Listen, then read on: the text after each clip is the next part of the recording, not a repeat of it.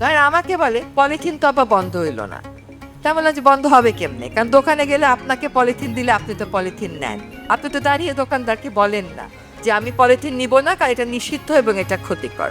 আবার বলে আপা হর্ন তো বন্ধ করতে পারলেন না। তো আমি বলি যে বন্ধ হবে কেমন করে? কারণ আপনিই তো হর্ন বাজান।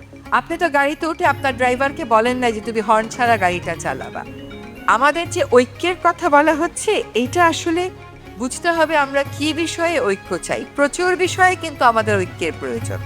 আমাদের সাম্প্রদায়িক সম্প্রীতির জন্য ঐক্যের প্রয়োজন, আমাদের রাজনৈতিক সংস্কারের জন্য ঐক্যের প্রয়োজন, আমাদের তরুণ প্রজন্মের যে প্রত্যাশা ওইটা যেন সত্যিকার অর্থে রাষ্ট্র পরিচালনায় প্রতিফলিত হয় সেটার জন্য ঐক্যের প্রয়োজন। কিন্তু আমরা যে আন্দোলনটা করে এসেছি আমরা কিন্তু জানতাম না যে এত তাড়াতাড়ি পটভূমি বদলে যাবে। হঠাৎ করে পটভূমি বদলে গেছে, মানে এত তাড়াতাড়িও বলা ঠিক না। 15 বছর আমরা যে একটা স্বৈরশাসনের ভিতর দিয়ে গেছি, এইটা যে 5ই অগস্ট শেষ হয়ে যাবে এটা তো 3 বা 4 অগস্টের আগে আমাদেরও অনুমানে ছিল না। পাবলিক রিয়াকশন, দেশ গড়ায় আপনার মতামত।